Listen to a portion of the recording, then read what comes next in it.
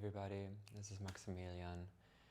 Neptune just re-entered Pisces, its own home sign if you want to follow a modern kind of understanding, but definitely the sign that Neptune has the greatest resonance and correspondence with of Pisces, the great cosmic ocean.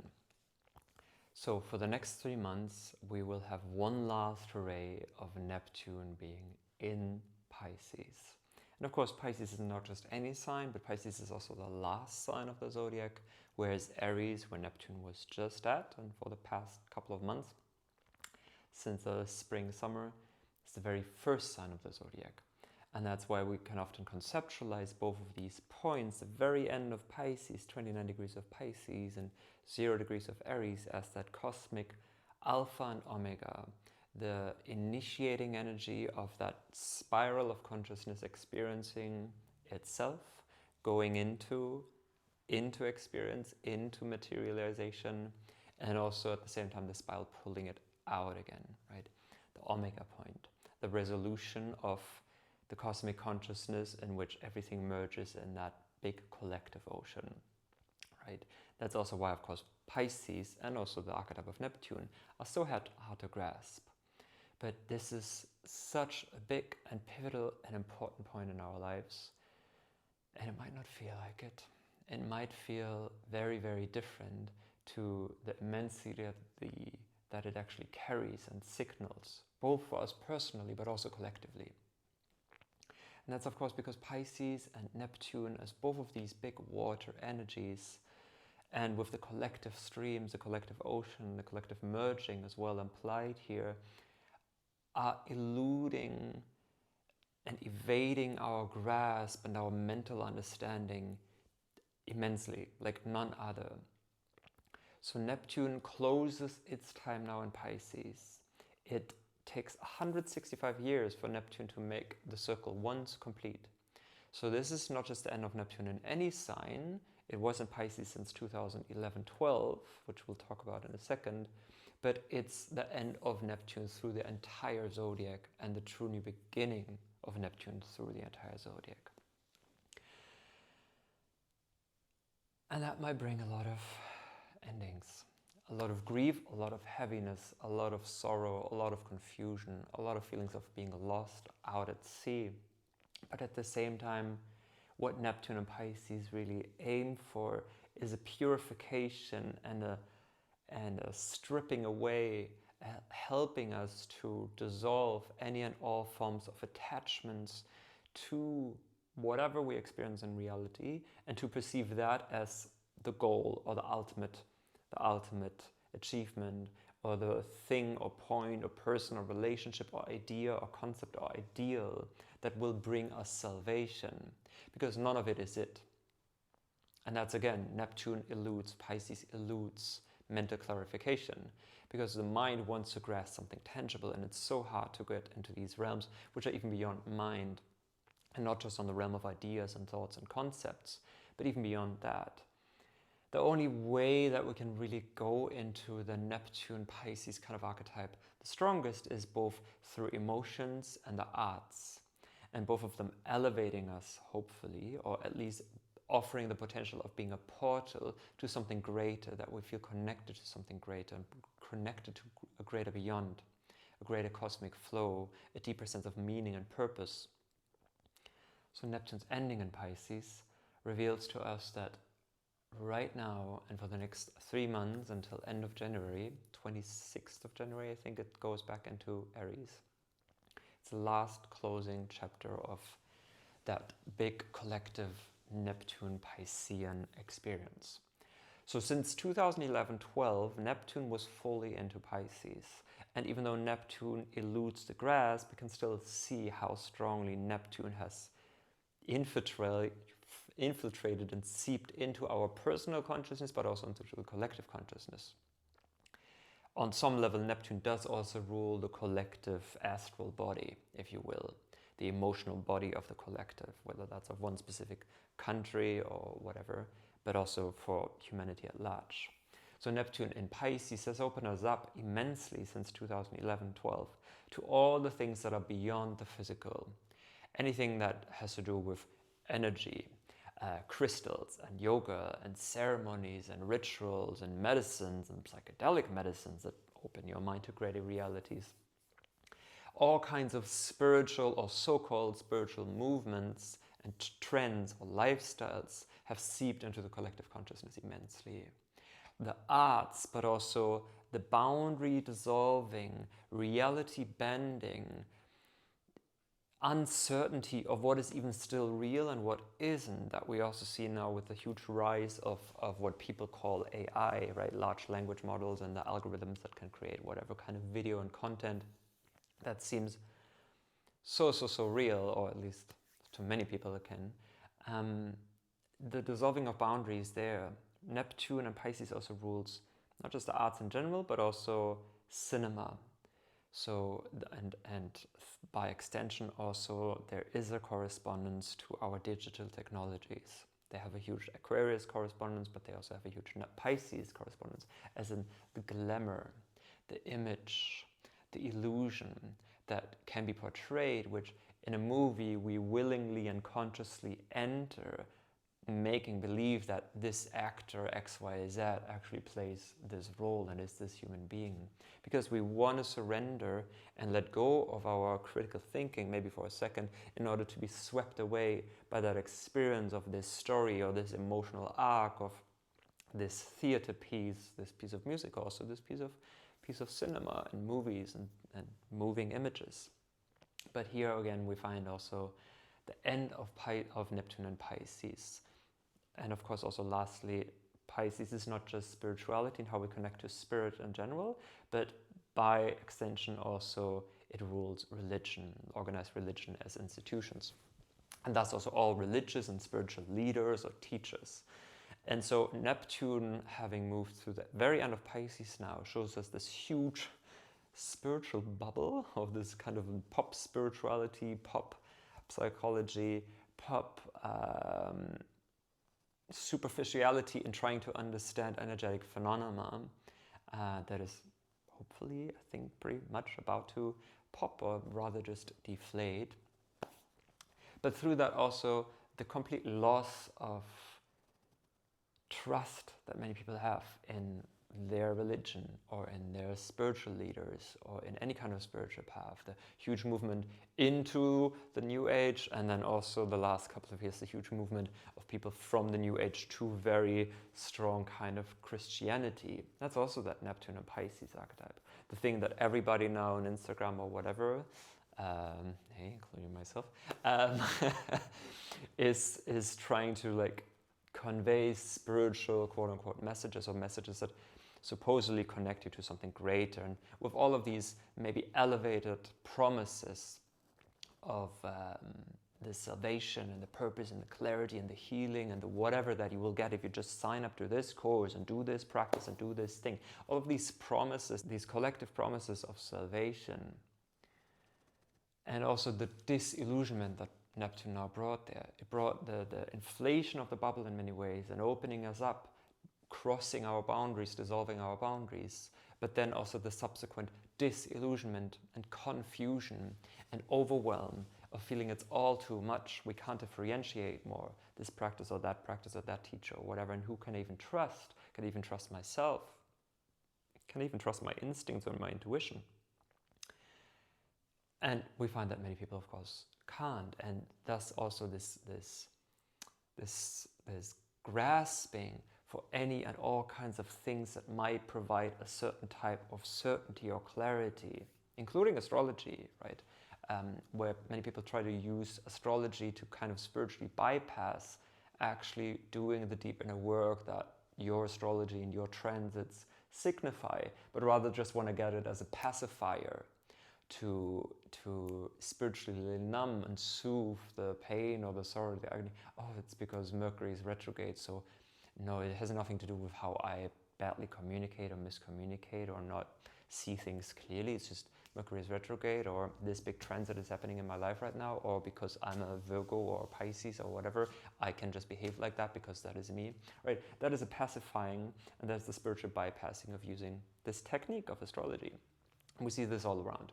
So anyhow, we're coming to the true ending and closing of this, which is huge, which is very exciting, but which can also lead to immense feelings of hopelessness and despair and confusion. Because of course we don't just have Neptune at the end of Pisces, we also have Saturn at the end of Pisces. And next year we have that exact conjunction of Saturn and Neptune in February. Theirs is a 37-year-long cycle. Last time they were conjunct was in 1989, when the Cold War ended, the Soviet Union fell, the Berlin Wall fell, right? The dissolving Neptune of structures, Saturn, which we also see collectively here with Saturn at the end of Pisces, and then also Saturn about to meet Neptune, fully their cycle closing. So this fact that Saturn is also there and playing its part in the cycle just deepens the impact of how big this moment is, collectively and personally, in regards to releasing, in regards to the ending and washing away of old structures within and without. Within and without. Also the structures of our mind, the structures of our psyche. But also this other Neptunian Piscean point of meaning and purpose and transcendence, hence the disillusionment, the grief, the heaviness, the feeling lost, the feeling of like, what's the point, what's the purpose of anything. And Neptune here now at the end of Pisces really wants us to feel in order to heal it all. And that might bring up a lot of confusions, it might bring up a lot of grief, it might bring up a lot of salt water that up until this moment in time we were maybe not able to let flow or to connect to deeply, the emotions we were not able to connect to deeply within us. Because this signifies there is a huge ending in the air, and it is also a huge collective ending of the mythologies and stories, Neptune, that are not giving us a true feeling of fulfillment anymore. Where we also overemphasize the Piscean archetype.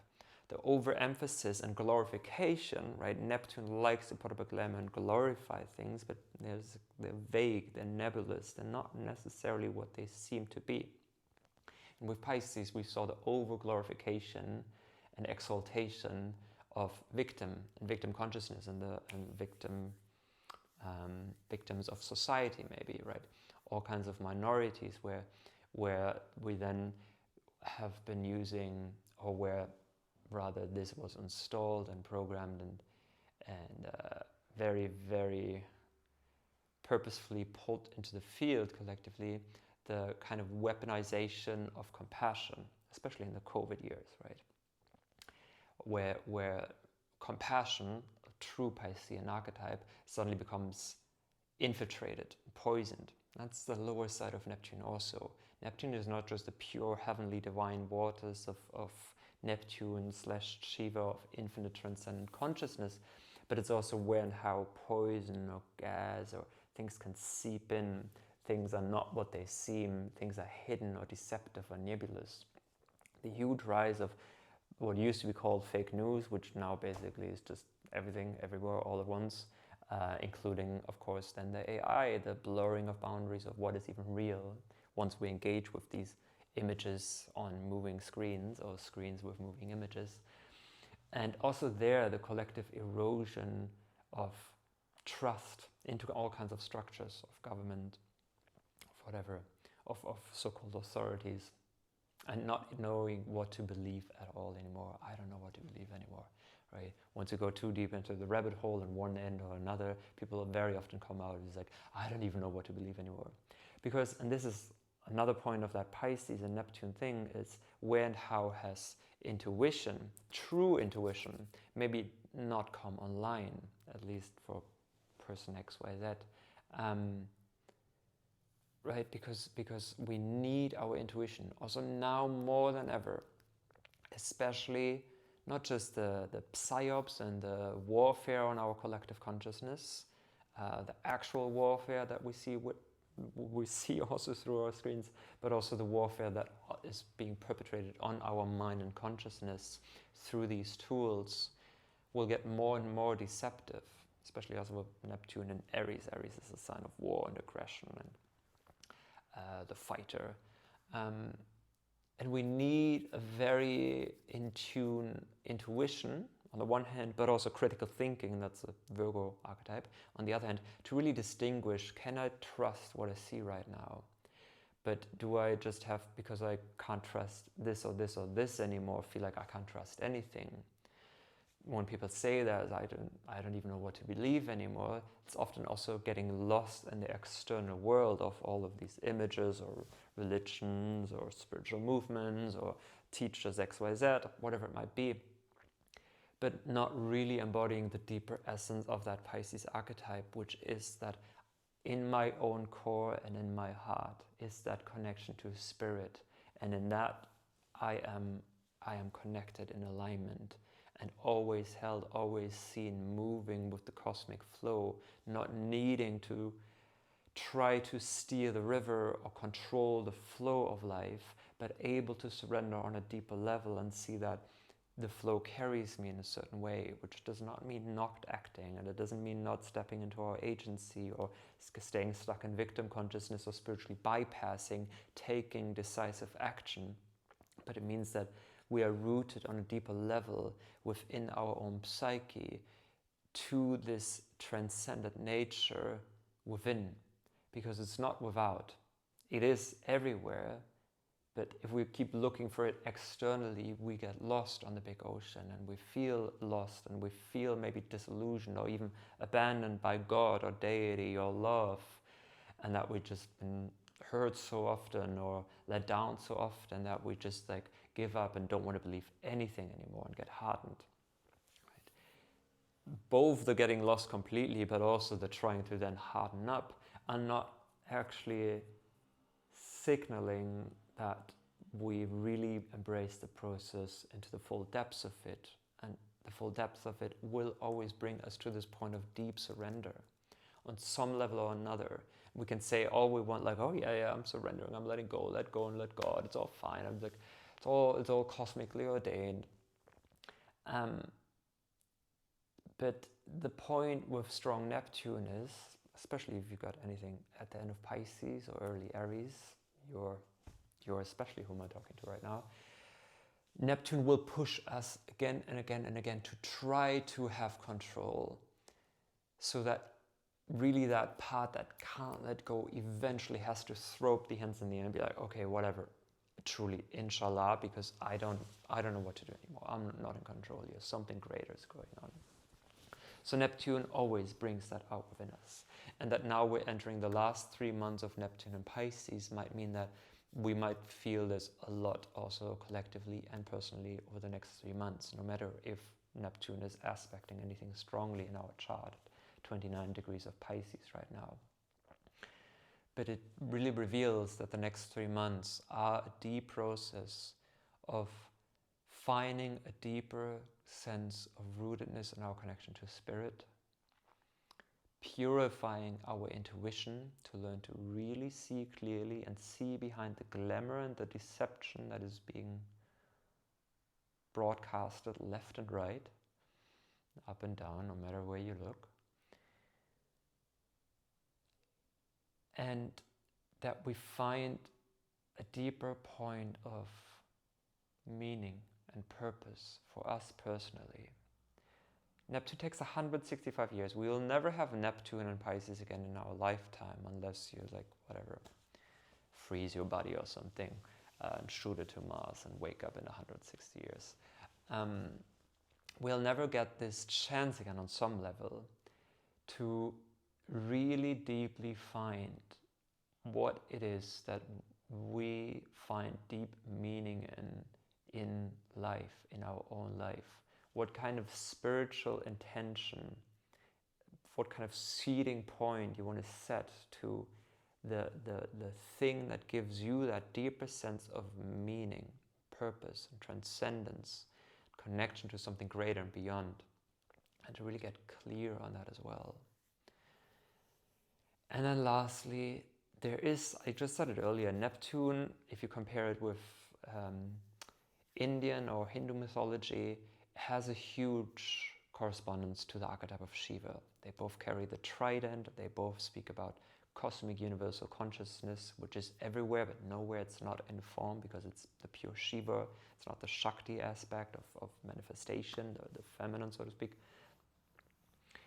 And in that is also this pure, in many Indian temples you will see huge golden pillars, which are from this one Indian mythology story about the three deities, Brahma, Shiva, and Vishnu, arguing who's the greatest of them all, and at some point Shiva appears as this great infinite pillar of golden, radiant rainbow light, and they're like, okay, well, actually he's the biggest. Shaivites would say that. Vaishnavas would say something different, that Vishnu, Krishna, Rama is the greatest, whatever. But this golden pillar is also that archetype and that quality of Neptune, and it has that ability, and that's why disappointment, disillusionment, confusion comes up, because it's not so much that the world really does that to us or the people, it's that we believe our own illusions, because we want to believe, just like in a movie, we just want to believe that this is real, or that person is that person for me. And so we often fall and have to be disillusioned once Neptune shows us that actually we have been deluding ourselves. And that is very painful, but it's also very healing, because it's an ending of illusions. It's a disillusionment. And in that there is this quality of a deep, watery nature, like warm, golden, liquid, light water within our psyche, within our own subconscious, that just washes away all the false attachments, all the false projections that we have on self, on the world, on others. Yes, it can be deeply humbling and deeply disillusioning, but at the same time it washes us clean and pure, so that we can see the spark of spirit alive everywhere, the miracle that life is truly, more and more and more, with clearer and clearer and clearer eyes, every day, every year, every decade of our life, more and more so, and see the miracle that is all around, and see the infinite grace and the infinite beauty and the interconnectivity of it all, which is also Neptune, also all around. And so the image that comes to me is really like a deep undercurrent through our personal and collective consciousness that is really washing away so much of the old gunk, so much of the old illusions, so much of the old emotional stories and beliefs that keep us also maybe trapped, or keep us locked in certain victim loops or mentalities, or where we try to evade and run away and avoid. Avoidance is a Pisces thing. We would maybe try to avoid reality, try to look clearly into the mirror, try to see ourselves or another person clearly, because we want to hang on to these illusions, or the illusions of the world, that the governments, that the news media, that whatever, are like constantly trying to like keep over the collective, where it's maybe too painful, or it might feel too frightening, like, oh, I'll be like alone out at sea once I really pierce that veil and look through and look behind. Truly the like whatever Neo waking up out of the matrix in the machine world kind of feeling. And so we often evade these kinds of moments because we can feel subconsciously a resistance and a fear and anxiety. So this fear and anxiety might also come up a lot over the next 3 months for us. Even like a panicky feeling, I'm like, oh, I need to escape, how can I escape, how can I get away? Pisces is escapism as well, right? Avoidance and then escapism. Or also deluding and just going into la-la land so that we don't have to feel or don't have to deal with our deeper spiritual, emotional responsibilities to the world or our own spiritual path. Or just like, oh, just give me this one thing and then like I've got my certainty. Somebody else is the guru, somebody else is the teacher, somebody else is the pope, and he gives me that clarity and then I can believe. Because we feel maybe too anxious to really step onto that path ourselves, too afraid to really step onto that path ourselves and find that deep inner trust within and that deep connection to spirit within. And so really feeling the next 3 months will be a lot of washing away, but probably also a lot of illusions that will be spun big time.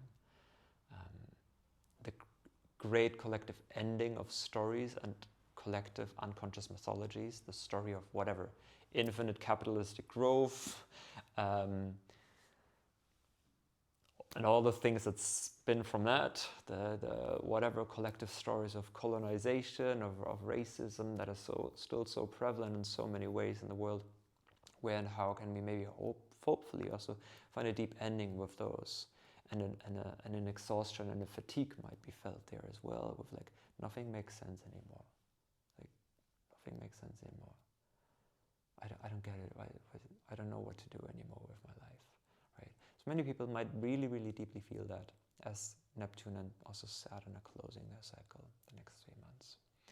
And I hope that you listening can maybe also, even the moments you feel it for yourself, also hold that deeper connection to a spirit within and find that sense of trust and surrender and flow, and know that on some deep part, no, I am being carried, even if I feel lost now. And that you don't do anything wrong because all of these feelings are coming up, or that because you feel disillusioned or confused or existentially exhausted or tired right now. Not thinking that you do anything wrong, also not judging others if they feel that way, but bringing it back to where and how can I find that deeper point of transcendence and trust within myself, in my own connection to whatever I want to call the transcendental nature of reality. God, deity, Krishna, Jesus, love, nature, universe, Shiva. And to find a deep alignment with that. That's my prayer and hope and wish for you. Thank you so much for listening. Wishing you beautiful, deeply healing surfing with Neptune, and all the Neptunian dreams and synchronicities and weird little magical miracles that might be happening to you over the next months, because that's how Neptune shows up a lot. And to then also learn to trust them and follow the guidance there in a deeper way. Thank you so much for listening. Talk to you soon. Bye-bye.